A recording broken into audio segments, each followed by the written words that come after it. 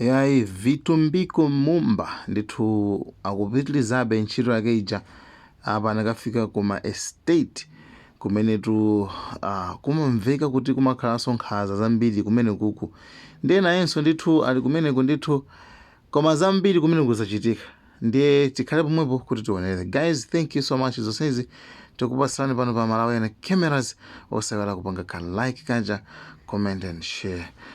Thank you. Subscribe, please. Please, please. Wages. We have discovered that the payment is 81,000 per day, per month for the workers. Or the minimum wage federal government for per month is 90,000. They have refused. Mabwana would know we pay them more than that. We have asked for the pay slips, which we believe they'll provide by the end of the day tomorrow if they're saying the truth. Because at the for evidence. As you have seen, the workers don't have protective clothing, no gloves.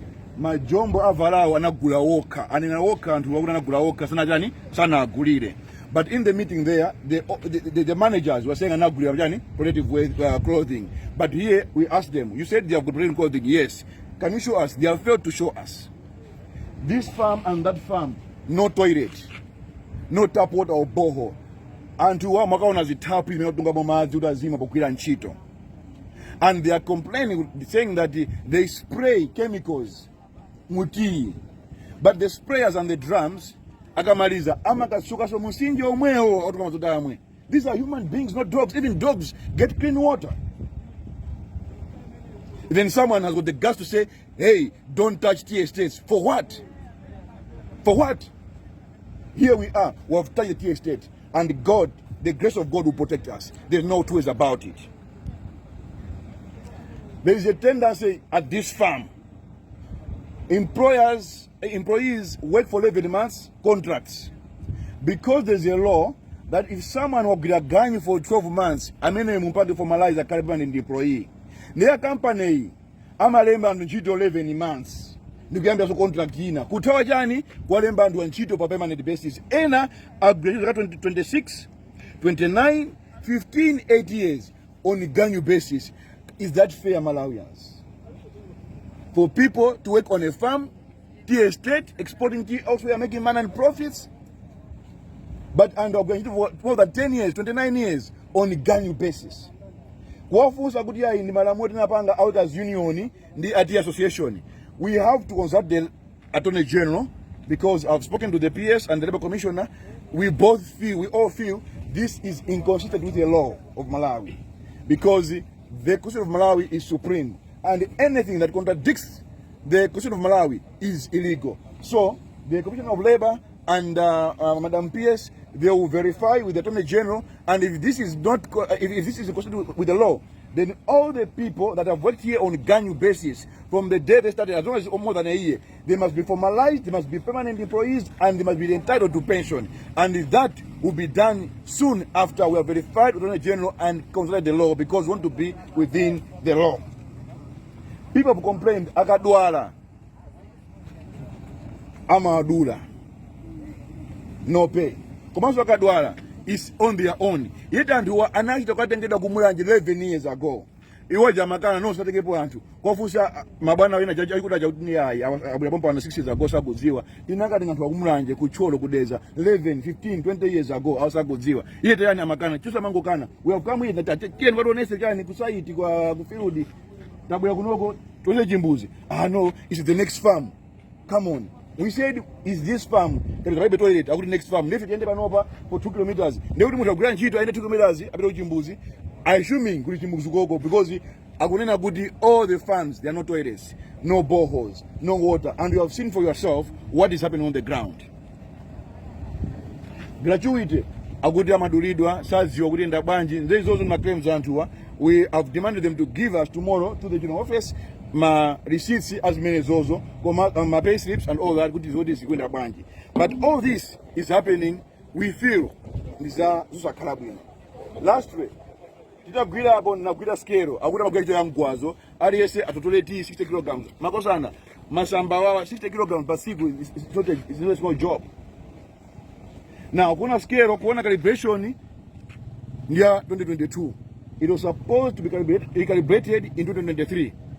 It's now 2 years, no recalibration. Wafusa mjaudi iliko ofisi kwanga.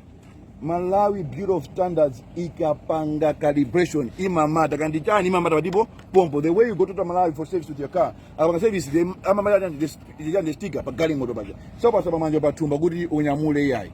Ndauza kuti lero 5 o'clock abweresa but abweresa ndeuti everything amakabuja akunama. Za problem clothing anama. Za jimbuzi anama. Za mazi anama. Is this I doubt kuti if there's anything, I don't think there's any truth that comes out of the manager's mouth. I don't think so, because everything will prove them wrong here. That's why I said let's go to site and prove right here. I think for now those are the major issues, and by the way, the Labour Commissioner has issued a prohibition notice. Kuti farm iyi ndi iboeza tabeza umbono ogwirika asagwire so nchito pokapoka toilet awamangire boho awapase shedi yolelelapo. Look me, me I'm full driver. This is my guy to field. Kati I'm campus to Jackto. Yes. 5 to Jackto, Kati is pulling. Sorry. Time to look the Jackto to me. Is coming pushing me in the water. Up to now is not good. But is long to Kavalas. Ngoma is bad doctor. Is the to take a number away. No, it's okay. Apau. Not Apau. Plantation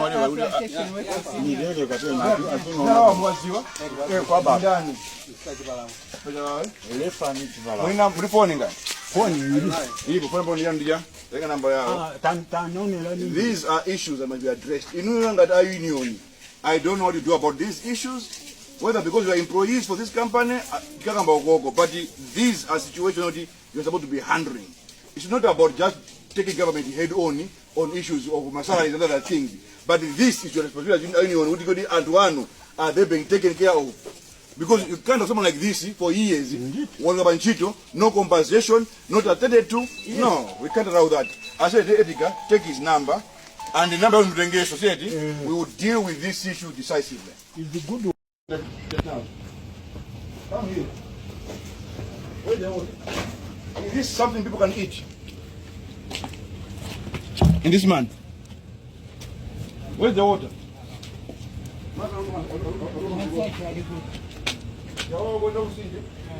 Now, where's the borehole? These people have told me there's no toilet here, there's no borehole. They get water from the river where you clean the equipment with the chemicals for the tea. You said there are toilets here, and there are boreholes. The president for power, where are you? Come here. You were telling us there. Come here. Sit here with me. Stand here with me. You are telling us there. Nakusa nekuti inuyo mugimi la nchito mabwana anu pakati maweka si makana. Andu anu aweka unioni. Anu na ajabani anabula kwa inukusiri kwa nakuti timaopa kuyangu kwa toba president atu ama tivutisa inuyo. And I told, yes, and I don't want you to be on them, but I'm telling you now, they told me there, timaopa kuyankura, apende tatu unioni, ama di opieza. Ndiye, mujamanana kuti, yai, zimbuzi zilipo, mazi alipo. Now we are here at this farm. Show me one toilet and one boho. We walk there, right now. Inuyo and your bosses, try together there. You're together.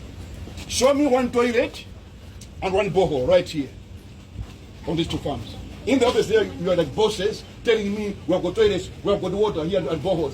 Can you show me one at this farm? Let's go. Let's go. You told me you have water and toilet here. Let's go. Let's go and change at the bottom.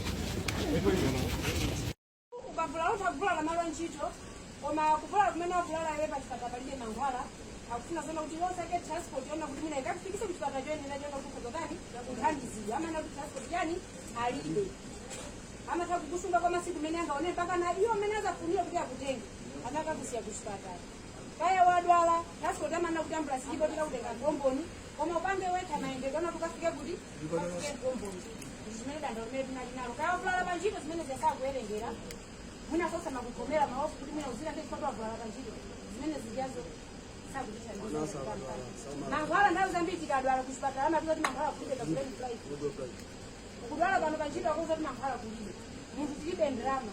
Like, share, Malawian cameras, right.